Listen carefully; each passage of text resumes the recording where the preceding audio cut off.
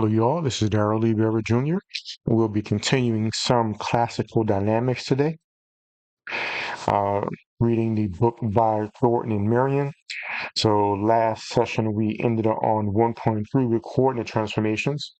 So we'll take it from there and continue with coordinate transformations. Let's see if we can put some uh, stamps of understanding on these concepts. So as always, the chat is there. I'll put a hello there. So if you have any questions or comments, just make a post there. Like and subscribe if you haven't already. Help me to get to 8,000 subscribers. And what we'll do is go ahead and continue learning and developing in our physics understanding. I've already done several videos on linear algebra. Some of you may have seen those. If not, you can check them out. And I think pretty soon I'll add some electrodynamics as well. So starting with physics right now for the coming semester. And I'm pretty sure I'll read a quantum and classical electrodynamics. So you can look forward to that. So right now we're on section 1.3. And let me do a brief recap, perhaps.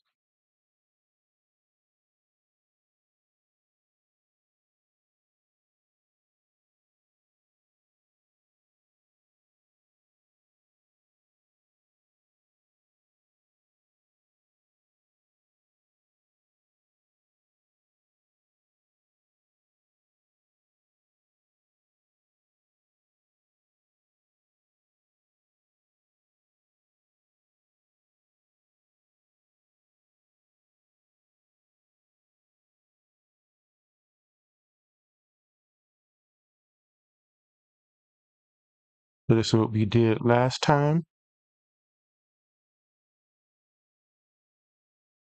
Basically, we just talked a little bit about uh, the independence of vectors from origin choice coordinate system. We showed how if you had a group of particles in the same configuration but in a different coordinate system, how the sort of address for that particle can change between x and y and x prime and y prime, even as referring to the same particle. Now we're going to talk about coordinate transformations. We'll see what that's about. And I will continue to draw up any illustrations that come up.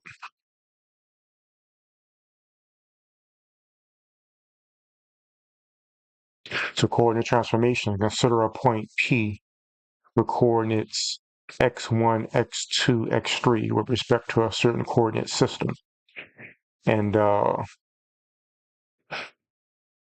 right, so we have a drawing.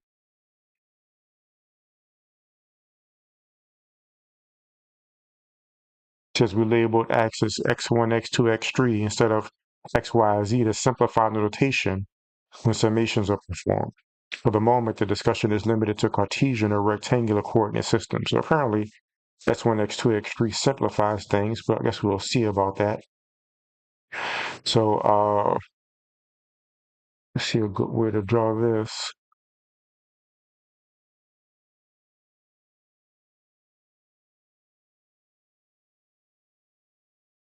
So we have x1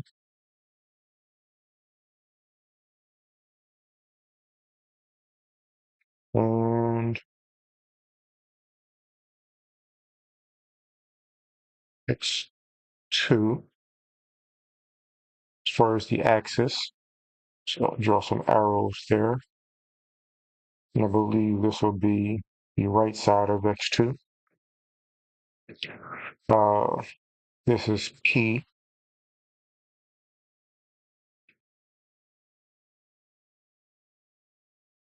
So I'm not sure where x3 is up in here.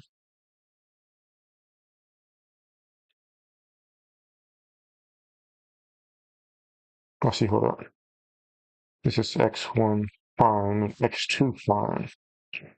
And I'll actually draw this a bit better than they did. You actually have the actual X1 axis here and the actual X2 axis here.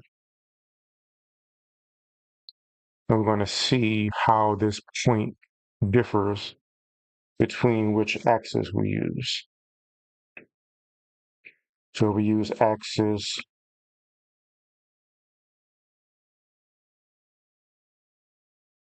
X1 and X2. That's the axis for that point. Whereas if we use the prime axis, we have this. So mine is a bit better because it's color coded. So we can see how we have the same point P, but the two axes represent that point with two different coordinates. So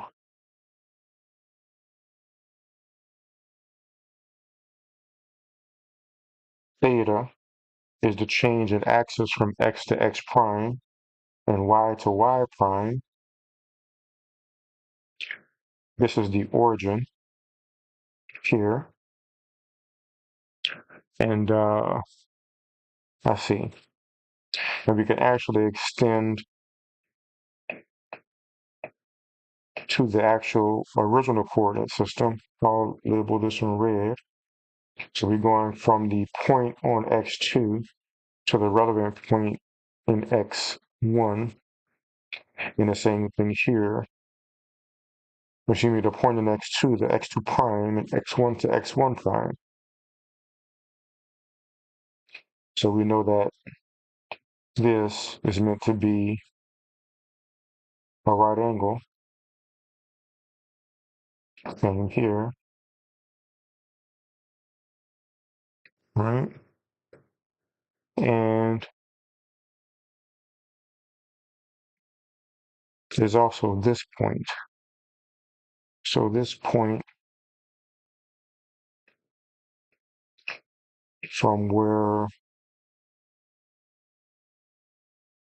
x1, the point on x1, we have the point on x2 going to x2 prime, and the point on x2 prime going to x, and the same thing there.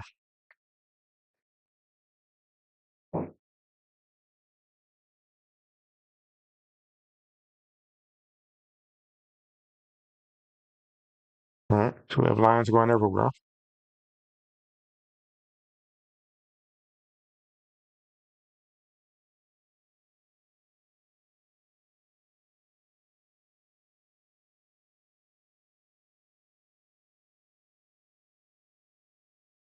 And he called this C. We call this intersection B. We call this intersection A. This is the x1 value and the x2 value. This is the x2 prime value and the x1 prime value.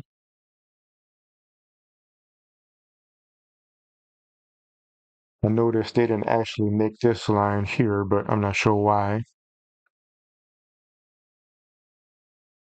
Right? They call this D. They call this E. They call this F. So we have two different coordinate systems, the red one and the blue one going to that same point.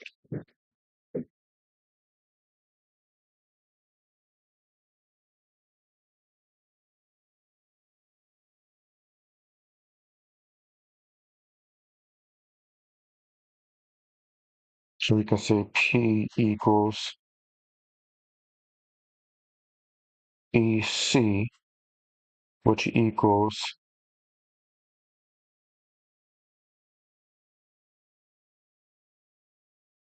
x1, x2 with no prime on it,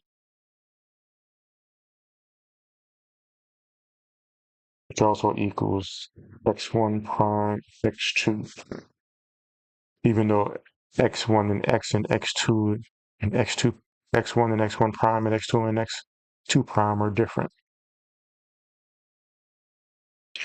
Let's consider a different coordinate system, one that can be generated from the original system by a simple rotation. That's the rotation to the black coordinate system. That the coordinates of the point P with respect to the new coordinate system be x1 prime, x2 prime, x3 prime. That's what we have here. They didn't illustrate the third axis, so maybe that axis is going in and out the page. But since it's not illustrated there, I didn't note it. The new coordinate x1 prime is the sum of the projection of x1 onto the x1 axis. The new coordinate x1 prime is the sum of the projection of x1 onto the x1 axis plus the projection of x2 onto the x1 axis.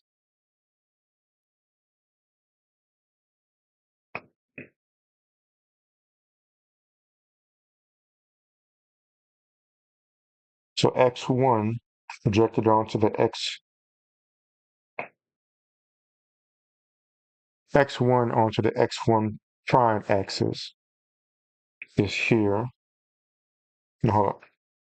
X1 onto the x1 prime axis.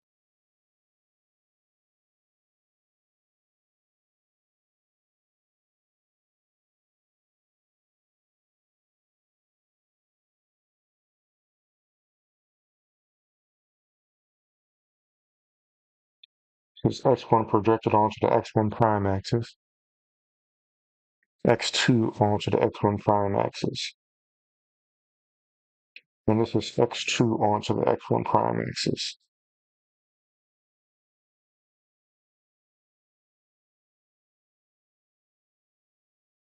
It's saying that's a new coordinate x1 prime.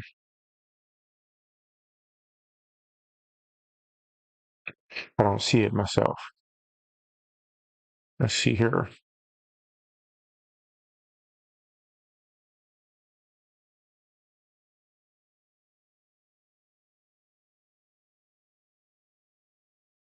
Oh, I do see it.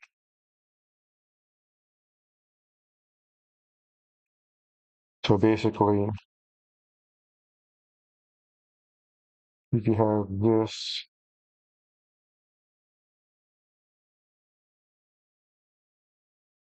then you have that.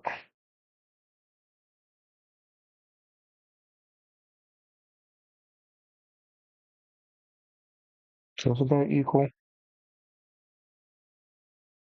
Ch1. I have to think about this. It says x1,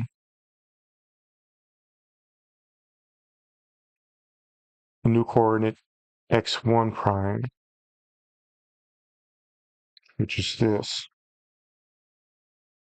It's the sum of the projection of x1 onto the x1 axis. So maybe this is the projection of x1 onto the x1 prime axis, plus the projection of x2 onto the x2 prime axis.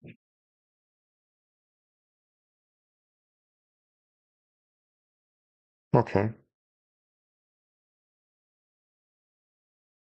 It seems more likely that they sum up to, what you call them. We'll just go with it for now. That is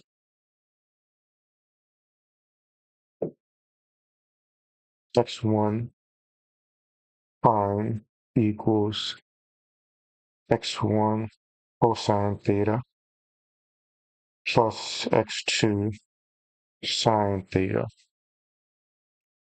equals x1 cosine theta plus x2 cosine pi over 2 minus theta.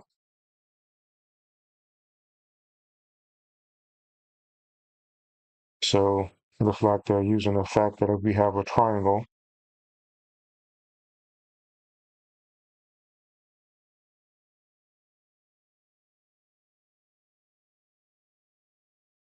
not even a triangle, but if we have a sine wave, starts at 0, and this would be pi, this would be 2 pi, the sine of n pi equals 0.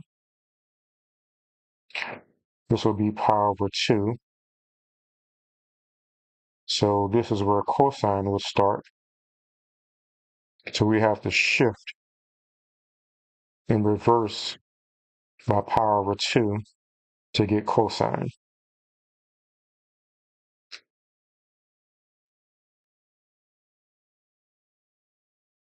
So we can say sine cosine is pi over 2 minus theta.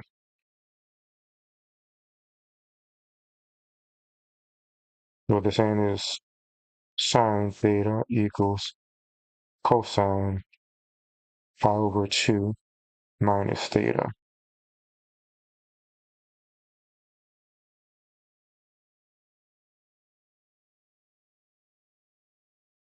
Cosine pi over 2 is 0. If theta is 0, to the pi over 2 minus theta is plus pi over 2. Shift it to the right. I'm always a bit mixed up with the minus and the plus.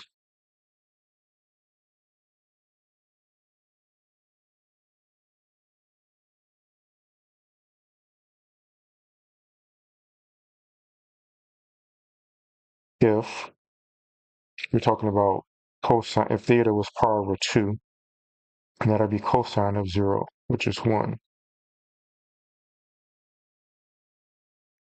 Theta is 0,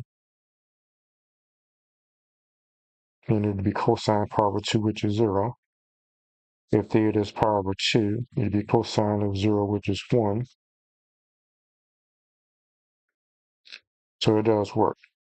If theta is pi, it's cosine negative pi over 2, which is 0. If theta is 3 pi over 2,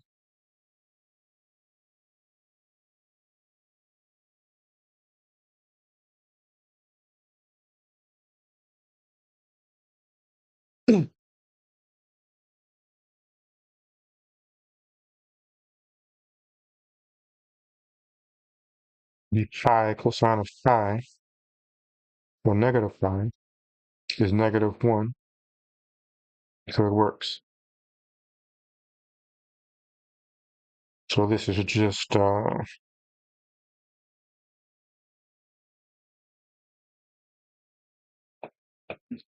changing sine into cosine. The coordinate x2 is the sum of similar projections. x2 equals OD minus DE. So it actually gave us the variables that is referring to. So OA, this,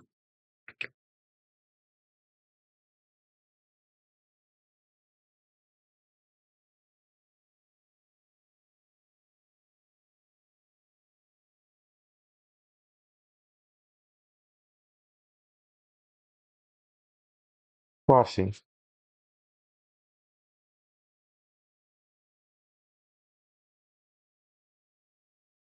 So they're saying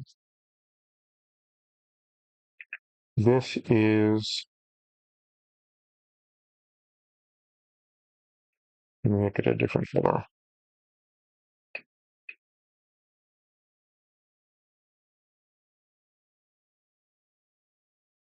this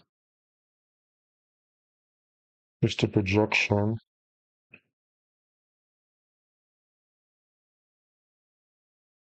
onto x1 prime of x1, and this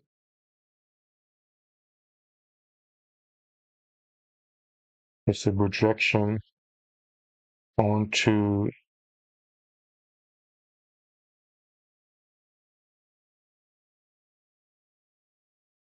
x1 prime of x2.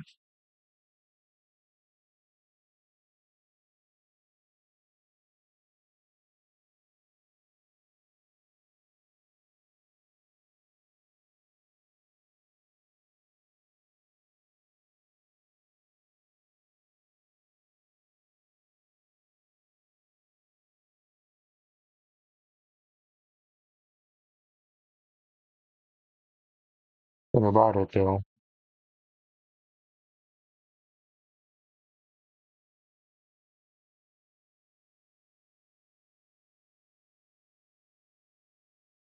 so I guess technically the projection is coming from here,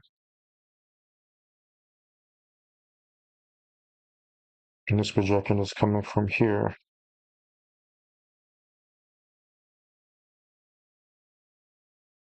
So this area must be the projection, and this area must be the projection.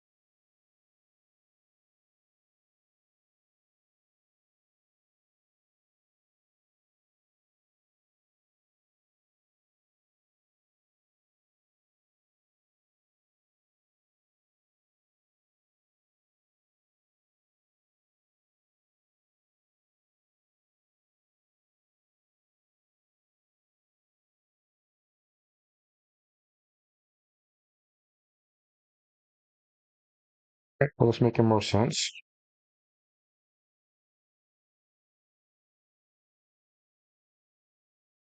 Maybe that's what they mean.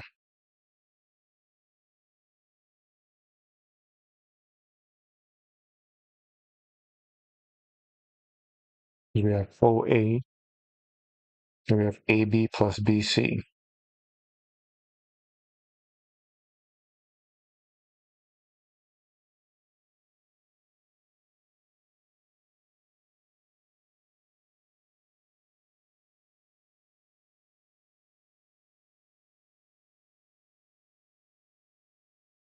So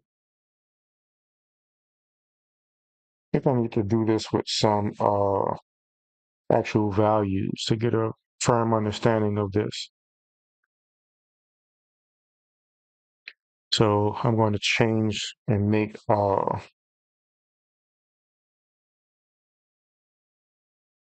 this with some dots. Maybe I need to make the dots smaller.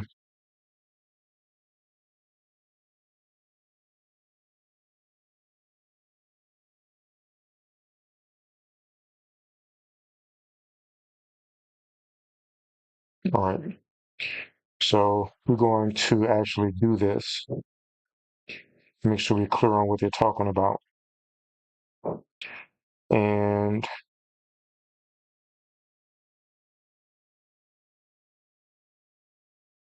we'll use this full space.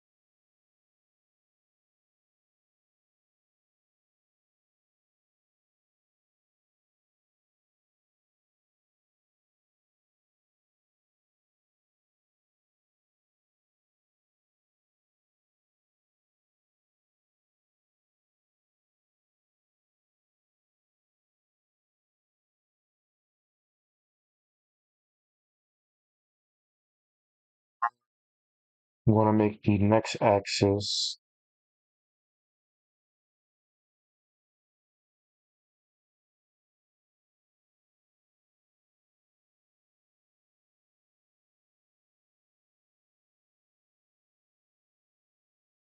from the diagonal.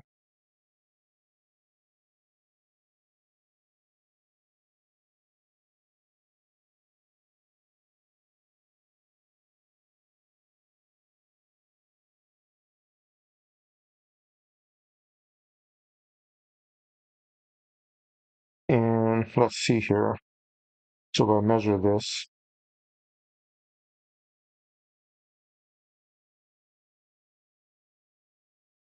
Looks to be 45 degrees. So that's 45 degrees. And let's see if this is the equivalent. And 80 minus 45. Yep, that seems to be good.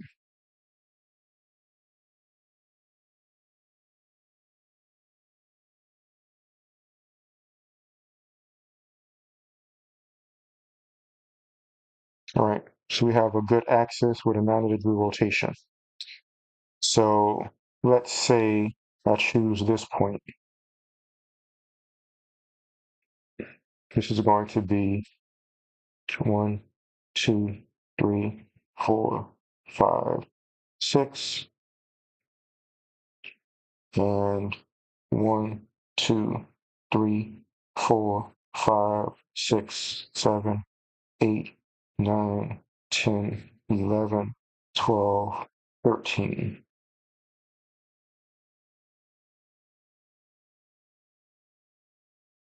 Count this again. 1, 2, 3, 4, 5, 6. 1, 2, 3, 4, 5, 6, 7, 8, 9, 10, 11, 12, 13. And that's P. And I'll go ahead and extend this line a bit.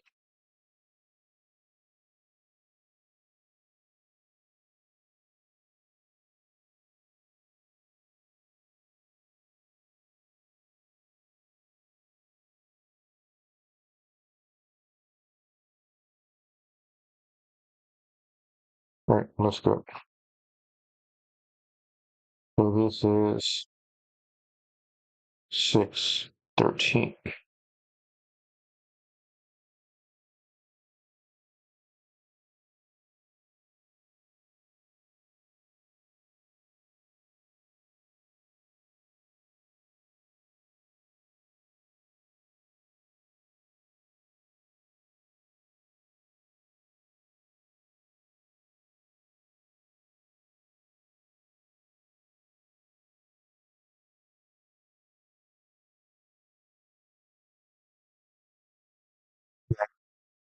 So what we need to do is figure out the projection, the two projections that they're talking about. And I think I need to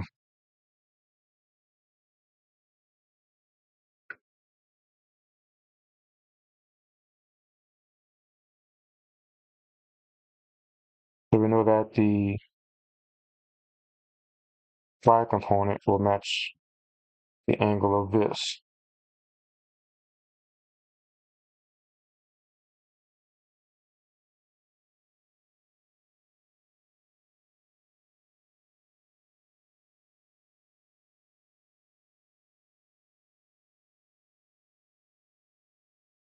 Maybe I should have picked that spot since anyone should still be able to, there you go straight there.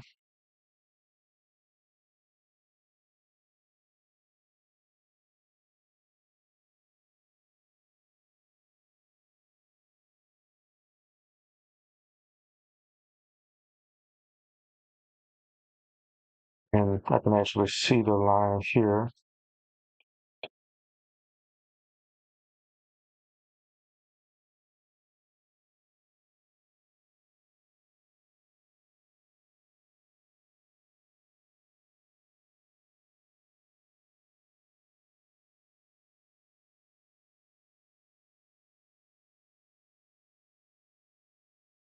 So let's see what this ends up being.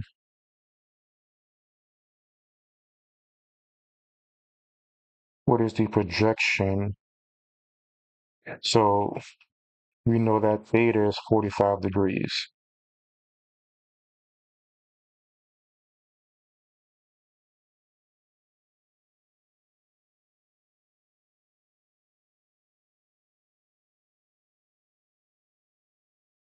So what's the projection of the x onto that? This is the first value we need.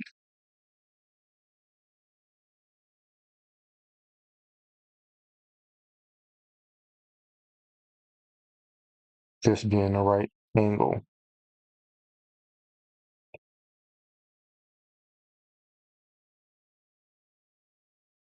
So we know from linear algebra that's going to be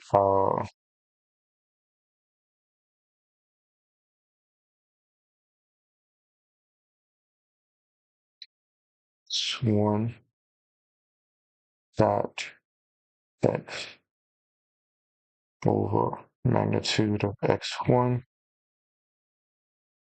squared and x1. Thing about it is we don't know x1. We're trying to find that out.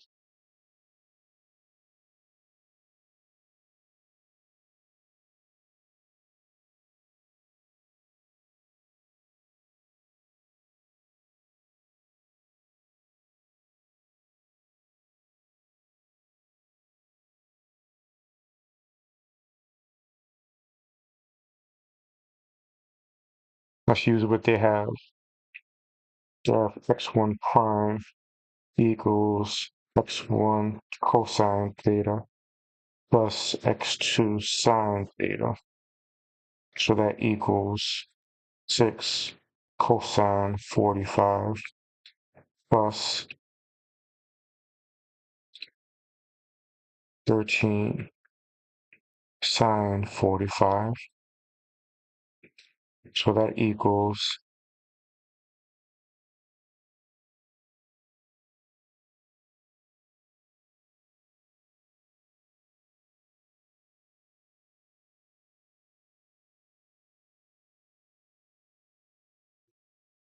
I'm going to try to make it a fraction if I can. Oh, 4.24 plus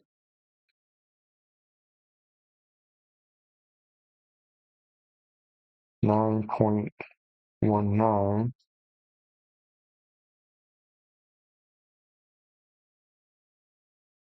13.44.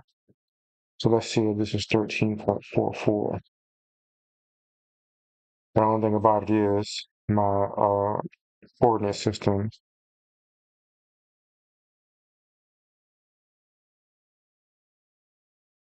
is skewed along that line. So let's see if I can maybe copy it and rotate it there.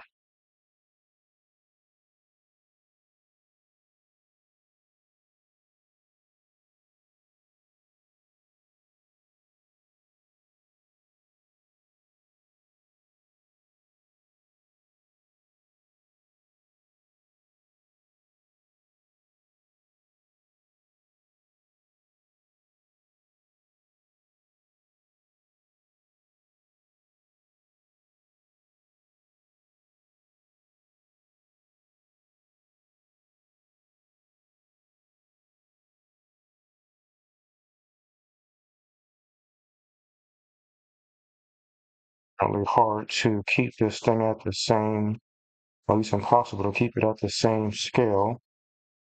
It automatically changes it. I'll see what I can do.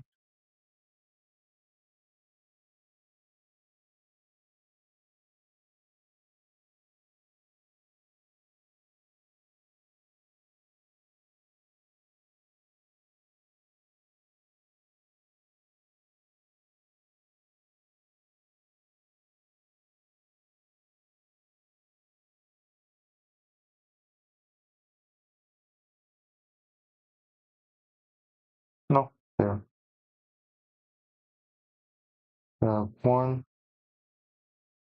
One, 2, 3, 4, 5, 6, 7, 8, 9, 10, 11, 12, 13, 14. Yeah, that's just about right. You're still not seeing the geometry of it, though. New coordinate x1 prime is the sum of the projection of x onto the x1 axis plus projection of x2 onto the x1 axis.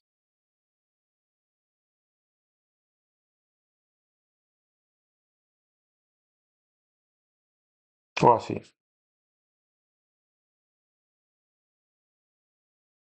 So we can see that that's about right. 1, 2, 3, 4, 6, 7, 8. So I'm sure my scaling is not precise,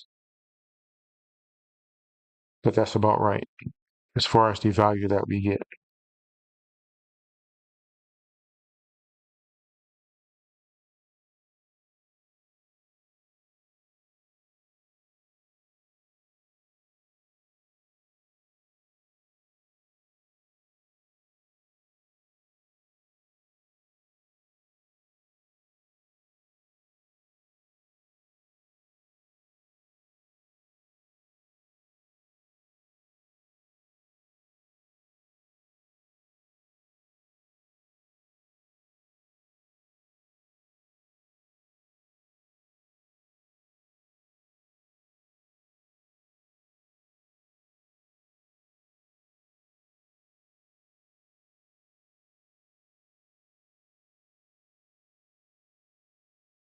It seems like the projection here would be this.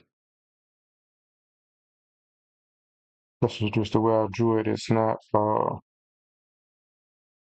this one I think is asymmetrical enough for it to really matter. This mentions the projection of x2 onto this axis is this.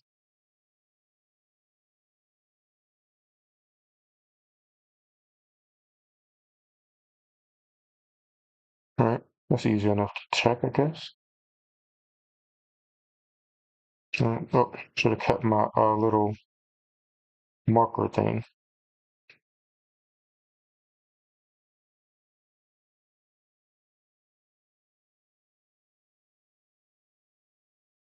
We have 1, 2, 3, 4, 5, 6, 7, 8, 9, 10, 11, 12, 13. And if I was to project this onto that, it'd be about here. So we have, let's add these two, the projections. We have 1, 2, 3, 4, 5 for the first projection. And we have 1, 2, 3, 4, 5, 6, 7, 8, 9, 10.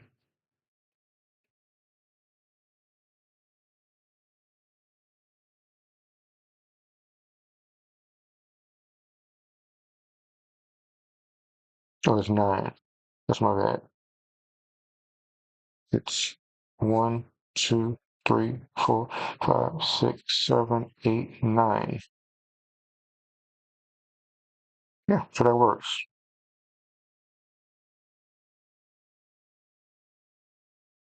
I'll make this red. So one projection is 1, 2, 3, 4. That's 4 this time. 1, 2, 3, 4. Then the next one is 1, 2, 3, 4, 5, 6, 7, 8, 9.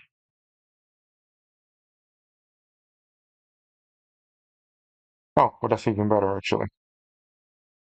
Because it's 13.44. So yeah. So we see that geometrically projecting the 13 onto the x prime axis and the 6 onto the x prime axis and adding those together, that does in fact give us the value of x prime for that point.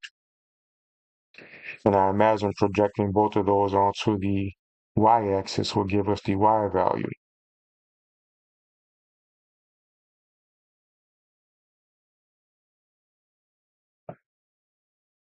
But how are they getting x cosine theta?